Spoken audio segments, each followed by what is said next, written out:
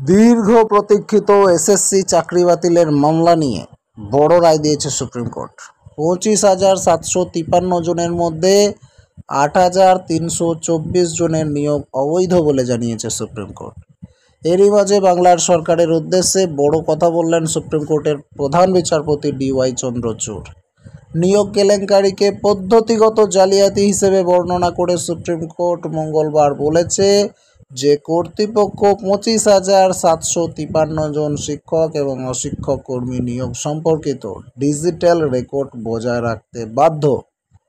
প্রধান বিচারপতি DY চন্দ্রচূড়, বিচারপতি JB পারদিওয়ালা এবং বিচারপতি মনোজ মিশ্রের বেঞ্চ গত 22 এপ্রিল কলকাতা হাইকোর্টের রায়কে চ্যালেঞ্জ জানিয়ে দায়ের হওয়া আবেদনের শুনানি করছিল। প্রধান বিচারপতি রাজ্য সরকারের প্রতিনিধিত্বকারী আইনজীবীদের বলেন, সরকারি চাকরির সংখ্যা খুবই কম, জনগণের আস্থা হারালে আর কিছুই কিন্তু অবশিষ্ট থাকবে না। এটা পদ্ধতিগত প্রতারণা। সরকারি চাকরি আজ খুব কম এবং সামাজিক গতিশীলতার একটা রূপ হিসেবে দেখা হয়।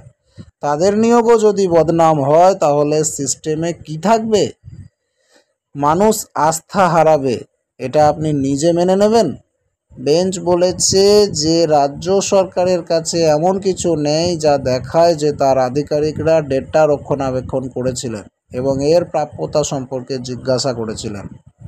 রাজ্য সরকারের আইনজীবীকে বেঞ্চ বলে, হয় আপনার কাছে তথ্য আছে নয়তো নেই।